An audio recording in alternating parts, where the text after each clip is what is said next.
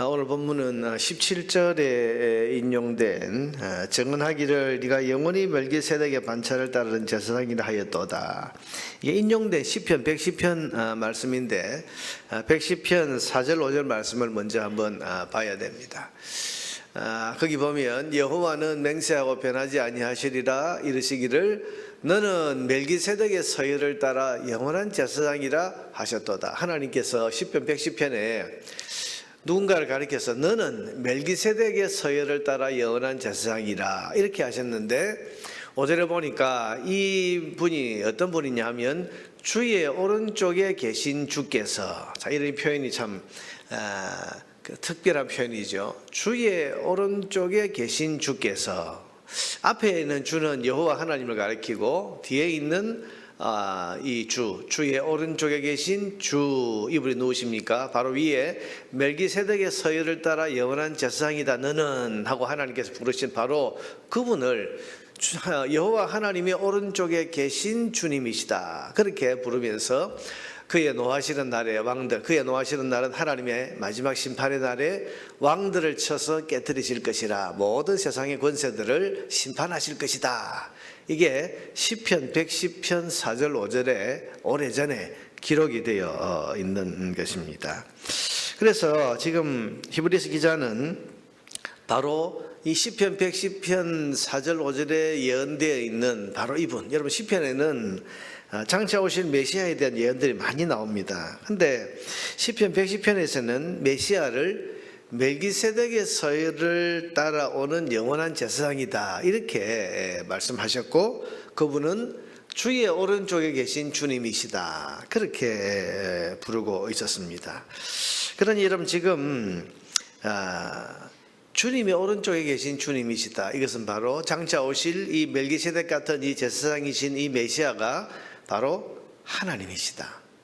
하나님 오른쪽에 계신 하나님, 그런 말이니까 이게 이제 메시아는 하나님이시다, 이걸 미리 예언해 주는 그런 말씀입니다. 히브리서 기자는 바로 이 시편 110편을 인용하면서 바로 거기에 예언된 이분이 바로 예수님이시다, 이것을 지금 설명하고 있는 것입니다. 이 말을 하는 것은 예수님이 오신 것은 갑자기 어쩌다가 오시게 된 것이 아니고 오래전 구약시대부터 하나님께서 레위 지파가 아닌 멜기세덱의 서열을 따르는 대제사장을 보내주시겠다, 그런 하나님 말씀의 예언을 따라서 그 말씀의 성취로 예수님이 우리 가운데 우리의 대제사장으로 오셨다는 것을 지금 말하는 것입니다.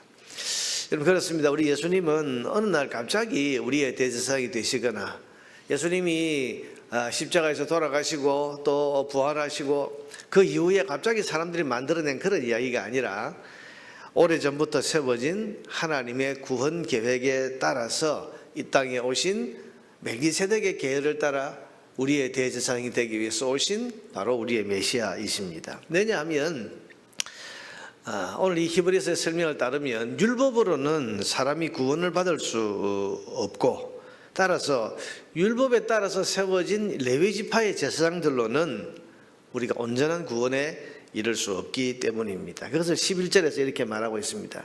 레위 계통의 제사 직분으로 말미암아 온전함을 얻을 수 있었으면, 우리가 만약에 레위 지파의 대제사장들을 통해서 우리가 정말 온전함, 여기서 말하는 온전함이라는 것은 구원이기도 하고 또 하나님 앞에 나아가는 것, 이것을 말하는데, 레위 지파의 제사장을 통해서 우리가 구원과 또 하나님 앞에 친밀하게 나아가는 이것을 얻을 수 있었다면, 괄호 빼고 그 뒤에 보면 어찌하여 아론의 반차를 따르지 않고 멜기세덱의 반차를 따르는 다른 한 제사장을 세울 필요가 있느냐.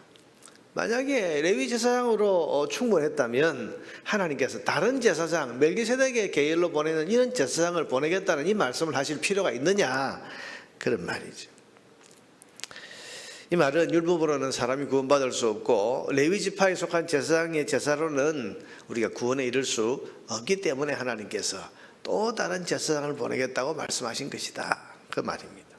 12절에 보면 제사 직분이 바꾸어져서 율법도 반드시 바꾸어지리니, 이게 무슨 말인가 하면 제사 직분, 다시 말하면 레위지파 제사장이 아닌 다른 제사장을 하나님이 보내시겠다고 그렇게 하셨다면 율법에 레위지파만 제사장이 된다는 그 내용도 우리가 다르게 생각해야 된다, 그런 말이죠.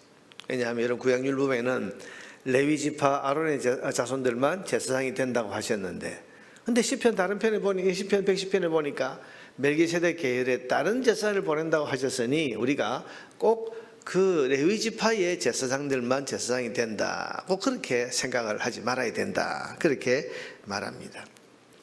그러면서 13절에 이것은 한 사람도 제단 일을 받들지 않는 다른 지파에 속한 자를 가리켜 말한 것이라. 다른 지파에서도 하나님이 제사장을 보낸다, 세우신다, 그 뜻인데 14절에 보니까 우리 주께서는, 예수님께서는 유다로부터 나신 것이 분명하다. 유다 지파 아니냐. 이 지파에는 모세가 제사장들에 관해 말한 것이 하나도 없고, 모세는 이 지파 중에 제사장이 나온다는 말을 한 적이 없다. 그러면서 15절에 그러나 멜기세덱과 같은 별다른 한 제사장이 일어난 것을 보니 더욱 분명하도다. 멜기세덱과 같은 별다른 레위 지파에 속하지 않는 다른 제사장을 하나님이 보내시겠다고 한 것을 보니 이게 더욱더 분명하고, 그분이 바로 예수님이시고 예수님이 오신 것을 보니 이 말씀이 맞는 것이다, 그렇게 지금 이야기를 하고 있는 겁니다. 이 말은 예수님은 유다 지파로 오셨지만 우리의 대제사장이 되시는 것이 전혀 이상한 일이 아니라는 것을 말하고 있습니다. 이어지는 16절에서 그는, 예수님은 어떻게 오셨냐, 육신에 속한 한 계명의 법을 따르지 아니하고, 이 말은 육신의 혈통으로 세워지는 제사장으로 오신 것이 아니고, 다시 말해 레위지파의 제사장으로 오신 것이 아니고 오직 불멸의 생명의 능력을 따라 오신 것이다. 불멸의 생명의 능력, 영원한 생명의 능력을 따라 우리 가운데 오신 제사장이시다. 그러므로 19절에 이에 더 좋은 소망이 생기니, 더 좋은 소망이란 게 뭐겠습니까? 구약시대 사람들은 단지 레위 제사장이라고 하는 그런 어떤 한계를 가진 제사장을 통해서도 하나님 앞에 죄 용서도 받고 또 하나님께 나아갈 수도 있었는데, 우리는 그 구약시대의 레위 제사장과 비교할 수 없는 하나님이 세우신 또 다른 제사장이신, 영원한 제사장이신 예수님이 우리에게 오셨기 때문에 더 좋은 소망이 생긴다. 그래서 이것으로 우리가 하나님께 가까이 나아가느니라. 이것으로라는 것이 뭐겠습니까? 예수님이 대제사장이시라는 이 하나님의 원리를 따라서 우리가 하나님께 가까이 갈 수 있게 되었다, 그렇게 지금 말씀하고 있는 겁니다.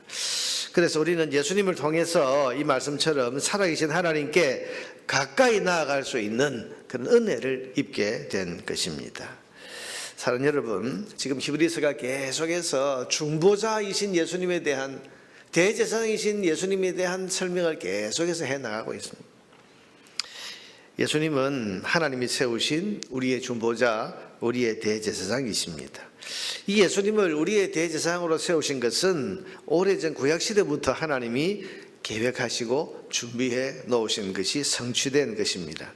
그러므로 오늘 우리는 우리의 대제사장이신 예수님을 통해서 살아계신 하나님께 가까이 나아갈 수 있게 됐다는 사실을 분명히 믿어야 됩니다. 우리가 예배를 드려도 예수 이름으로 모이고, 그래서 성경에 보면 주의 이름으로 모인 곳 이러잖아요. 예수님의 이름으로 모인다, 이 말은 뭡니까? 예수님을 통해서 우리의 예배가 하나님 앞에 상달되고, 예수님을 통해서 우리의 예배 가운데 하나님과 우리가 만날 수 있게 됐다. 대제사장을 통해서 하나님께 나아갈 수 있지 않습니까? 그런데 영원한 대제사장이신 예수님을 통해서 우리가 예배를 통해 하나님께 나아가고 하나님 만나는 겁니다. 우리가 예수님의 이름으로 기도합니다. 이게 뭡니까? 우리가 예수님, 우리의 중보자이고 대제사장이신 예수님을 통해서 하나님께 나아가서 하나님과 만나고 대화하는, 친밀한 교통을 나누는 이런 은혜를 우리가 누릴 수 있다. 그래서 우리가 예수님의 이름으로 기도하는 것이고, 그러므로 우리는 예수님, 우리의 대제사장이신 예수님을 통해서 하나님을 만납니다. 우리의 간구를 하나님께 아뢰입니다. 하나님과 친밀한 교제를 나눕니다. 그리고 예수님의 이름을 통해서 하나님이 주시는 은혜와 복을 얼마든지 얻고 누릴 수 있게 된 것입니다. 여러분, 이 성도의 특권을 오늘도 우리가 누리고 있다는 사실을 여러분 기억하고, 오늘 이 새벽에도 우리가 이 특권을 기억하면서 하나님 앞으로 나아갈 수 있어야 하겠습니다.